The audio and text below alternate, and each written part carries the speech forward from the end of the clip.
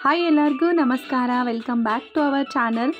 Last ವಿಡಿಯೋನ ಎಲ್ಲರೂ ನೋಡಿದ್ದೀರಾ ಅಂತ ಅಂದ್ಕೊತೀನಿ. ವೀಕೆಂಡ್ ಟ್ರಿಪ್ ಅಂತ ನಾವು ಭೋಗನಂದೀಶ್ವರ ಟೆಂಪಲ್ಗೆ ಹೋಗಿದ್ದು. ಸೊ ಎಲ್ಲರಿಗೂ ಗೊತ್ತಿದೆ. ಸೊ ಇವತ್ತು ಅವತ್ತಿನ ಡೇನ ಕಂಟಿನ್ಯೂವೇಷನ್ ನಾವು ಇನ್ನೊಂದು ಪ್ಲೇಸ್ಗೆ ಹೋದ್ವಿ ಅಂತ ಹೇಳಿದೆ ಅಲ್ವಾ. ಸೊ ಅದು ಯಾವ ಪ್ಲೇಸು ಅಂತ ಇವತ್ತಿನ ವಿಡಿಯೋದಲ್ಲಿ ಕಂಪ್ಲೀಟಾಗಿ ತೋರಿಸ್ತೀನಿ. ಹೀಗೆ ಫುಡ್ ಆ್ಯಂಡ್ ಟ್ರಾವೆಲ್ ವ್ಲಾಗ್ ಆಗಿ ನಮ್ಮ ಚಾನಲ್ನ ಸಬ್ಸ್ಕ್ರೈಬ್ ಮಾಡ್ಕೊಂಡು ನೋಡಿ, ನಿಮ್ಮ ಫ್ರೆಂಡ್ಸ್ಗೂ ಶೇರ್ ಮಾಡಿ.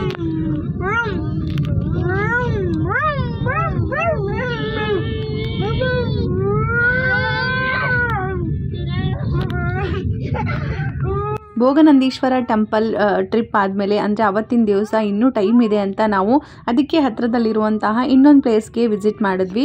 ಸೊ ಅದ್ಯಾವ ಪ್ಲೇಸ್ ಅಂತ ನಿಮಗೆ ತೋರಿಸ್ತೀನಿ. ಸೊ ಕಂಪ್ಲೀಟಾಗಿ ವಿಡಿಯೋನ ನೋಡಿ.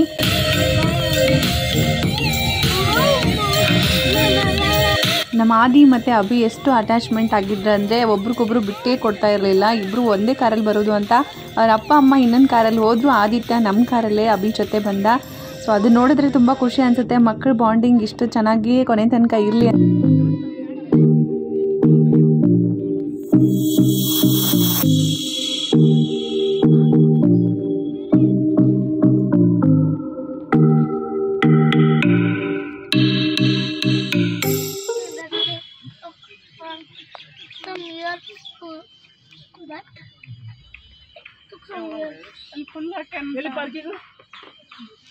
ಫೈನಲಿ ನಾವು ಹೋಗಬೇಕಾಗಿರೋ ಜಾಗನ ತಲುಪಿದ್ವಿ.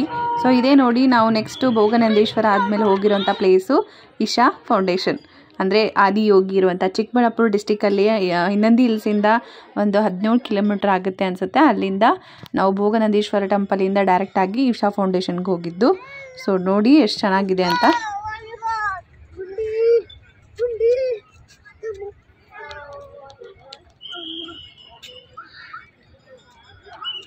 ನಾನು ಮೊದಲೇ ಹೇಳಿದಾಗೆ ವೀಕೆಂಡು ಮತ್ತು ಹಾಲಿಡೇಸ್ ಟೈಮಲ್ಲಿ ಹೋದರೆ ತುಂಬ ಜನ ಇರ್ತಾರೆ ಅಂತ ನೋಡ್ಬೋದು. ಎಷ್ಟು ಜನ ಇದ್ದಾರೆ ಅಂದರೆ ಕಾರ್ ಪಾರ್ಕಿಂಗು ಜಾಗ ಸಿಗ್ತಾ ಇರಲಿಲ್ಲ, ಅಷ್ಟೊಂದು ಜನ ಇದ್ದರು.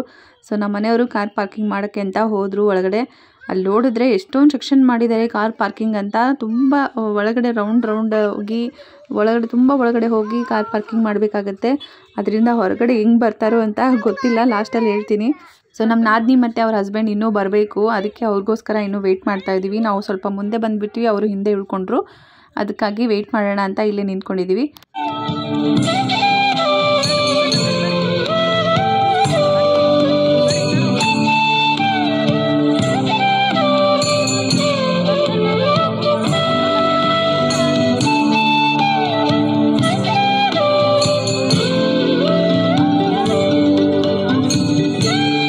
ನೋಡಿ ವ್ಯೂ ಎಷ್ಟು ಚೆನ್ನಾಗಿದೆ ಅಂತಂದರೆ, ಏನೋ ಒಂದು ಆಕಾಶದಲ್ಲಿ ಶಿವ ಉದ್ಭವ ಆದ ರೀತಿ, ಅಂದರೆ ಸನ್ಸೆಟ್ ಆಗ್ತಾ ಇದೆ ಹಿಂದ್ಗಡೆ. ಸನ್ಸೆಟ್ಟಲ್ಲಿ ಶಿವನ್ನ ನೋಡ್ತಾ ಇದ್ರೆ ದೂರದಲ್ಲಿ ಕಾಣ್ತಾ ಇದೆ ಈಶಾ ಮೂರ್ತಿ. ಆ ಸ್ಟ್ಯಾಚ್ಯೂನ ನೋಡ್ತಾ ಇದ್ರೆ ಎಷ್ಟು ಚೆನ್ನಾಗಿ ಕಾಣ್ತಾ ಇದೆ ಅಂದರೆ ತುಂಬ ಚೆನ್ನಾಗಿ ಕಾಣ್ತಾ ಇತ್ತು. ನಮ್ಮ ಅಬ್ಬಿ ಅಂತೂ ಪೋಸ್ ಕೊಡೋಕ್ಕೆ ಮೇಲೇರಿ ಫೋಟೋ ತೆಗಿಯಮ್ಮ ಅಂತ ಹೇಳ್ತಾ ಇದ್ದ. ಅವನ ಖುಷಿಗಂತೂ ಇವತ್ತು ಲಿಮಿಟೇ ಇಲ್ಲ, ಅಷ್ಟೊಂದು ಖುಷಿಯಾಗಿದ್ದ ಅವನು.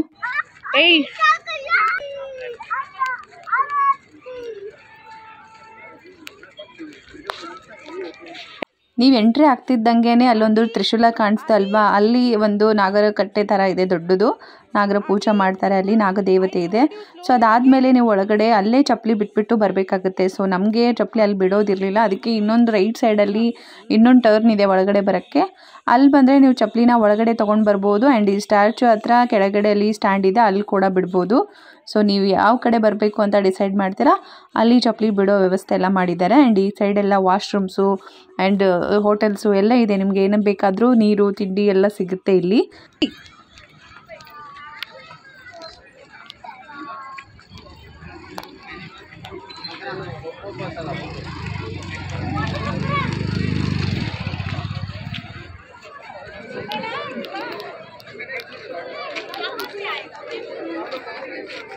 जाके आके खाएंगे।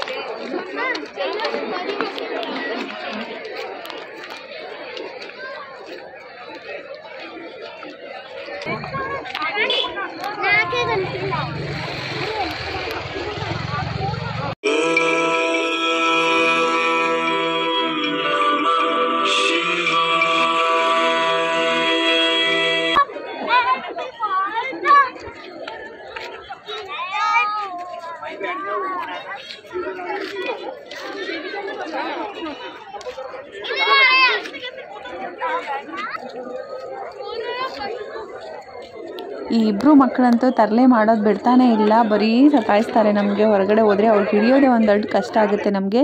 ನಾನು ಮೊದಲೇ ಹೇಳಿರೋ ಥರ ಇಲ್ಲಿ ಶಿವ ಸ್ಟ್ಯಾಚು ಹತ್ರ ಹೋದರೆ ಅಲ್ಲಿ ಕೆಳಗಡೆನೇ ನಿಮಗೆ ಚಪ್ಪಲ್ ಸ್ಟ್ಯಾಂಡ್ ಸಿಗುತ್ತೆ, ನೀವು ಅಲ್ಲೂ ಕೂಡ ಚಪ್ಪಲಿನ ಬಿಡ್ಬೋದು ಅಂತ ಹೇಳಿದೆ. ಸೊ ಈ ಥರ ನೀವು ಇಲ್ಲಿ ಚಪ್ಪಲಿ ಸ್ಟ್ಯಾಂಡ್ನ ಯೂಸ್ ಮಾಡ್ಕೋಬೋದು, ಫ್ರೀ ಇದೆ, ಅಲ್ಲೇನು ಟಿಕೆಟ್ ಇಲ್ಲ, ಏನು ದುಡ್ಡು ತೊಗೊಳ್ಳಲ್ಲ.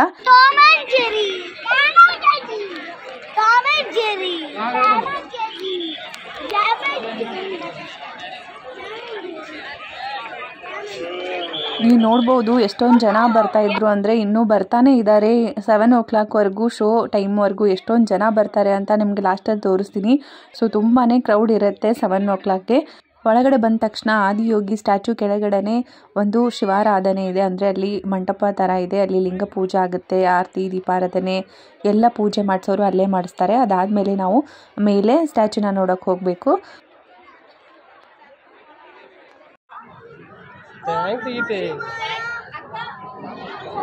ನೋಡ್ತಿದ್ದಂಗೆ ಕತ್ಲೆ ಆಗ್ಬಿಡ್ತು. ಶಿವ ದರ್ಶನ ಮಾಡಿ ಮುಗಿಸ್ಕೊಂಡು ಒಂದು ರೌಂಡ್ ಹೊಡಿಯೋಷ್ಟರಲ್ಲೇ ಕತ್ಲೆ ಆಗೋಯ್ತು ನೋಡಿ, ಲೈಟ್ ಹಾಕ್ಬಿಟ್ರು.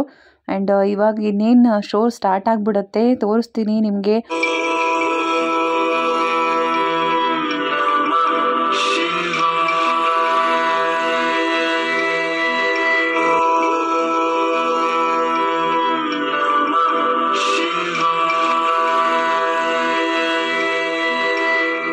ನೋಡ್ಬೋದು ನೀವು 7 ಗಂಟೆ ಶೋ ಟೈಮ್ ಆಗ್ತಾ ಇದ್ದಂಗೆ ಎಲ್ಲಿರೋ ಜನ ಎಲ್ಲ ಬಂದುಬಿಟ್ರು. ಎಷ್ಟೊಂದು ಜನ ಇದ್ದಾರೆ.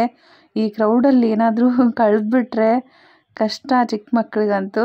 ಸೊ ಅದಕ್ಕೆ ಹುಷಾರಾಗಿರಿ ಅಲ್ಲಿ ಹೋದಾಗ, ಅಂದರೆ ಯಾರು ಎದ್ದು ನಿಂತ್ಕೋಬಾರ್ದು, ಎಲ್ಲರೂ ಕೆಳಗಡೆ ಕೂತ್ಕೊಂಡೇ ಶೋನ ನೋಡಬೇಕು ಅಂತ ಅನೌನ್ಸ್ಮೆಂಟ್ ಮಾಡ್ತಾರೆ. ಸೊ ಶೋ ಸ್ಟಾರ್ಟ್ ಆಯಿತು, ನೀವು ಕೂಡ ಶೋನ ನೋಡ್ಕೊಂಬನ್ನಿ.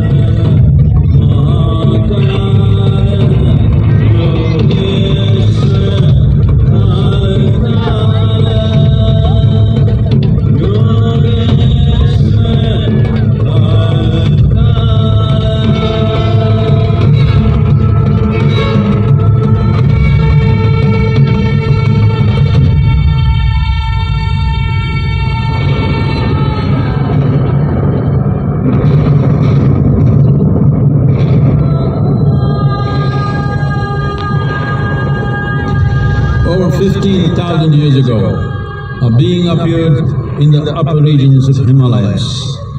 No one knew who he was, where he came from. The origins of this spectacular being were unknown.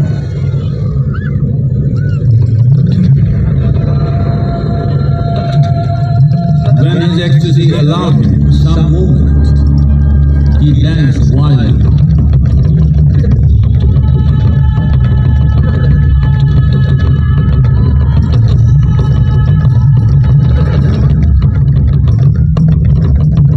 When intensity peaked, he became utterly still. People saw that he was experiencing dimensions that no one had ever known or able to fathom.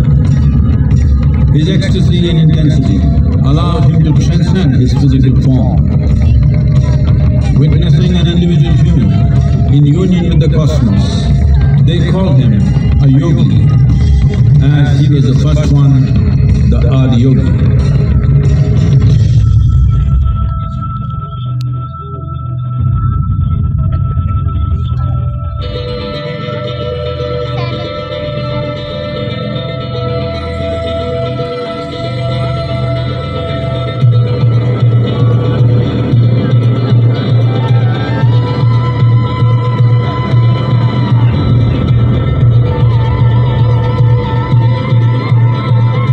When his stillness lasted for years on end, curious onlookers melted away.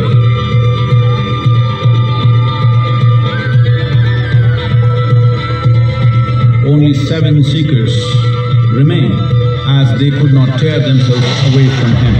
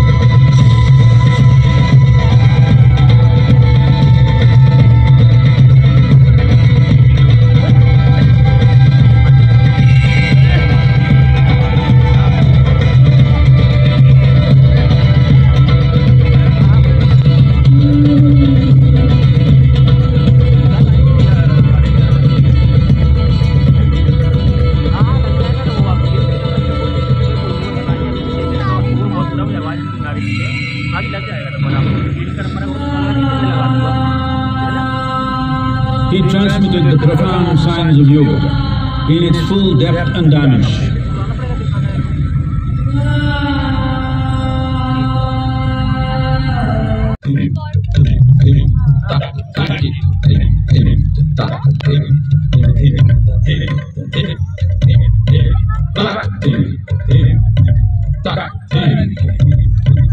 Devi Parvati, seeing Adiyogi reveling in ecstatic states, said, "I want to have what you have. Show me the way."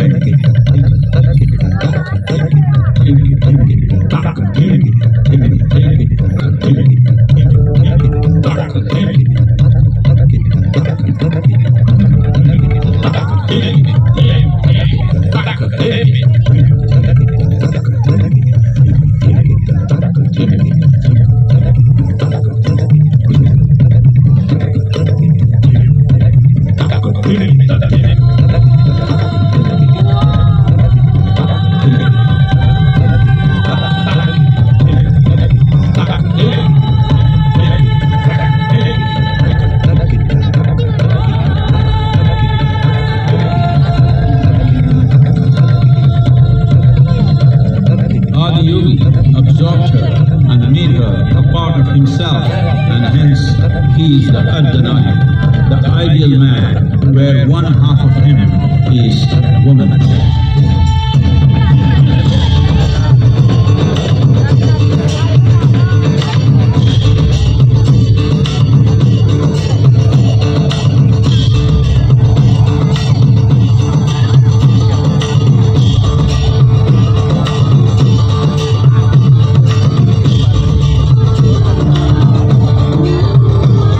ನೋಡಿದ್ರಲ್ಲ show ಎಷ್ಟು ಚೆನ್ನಾಗಿತ್ತು ಅಂತ.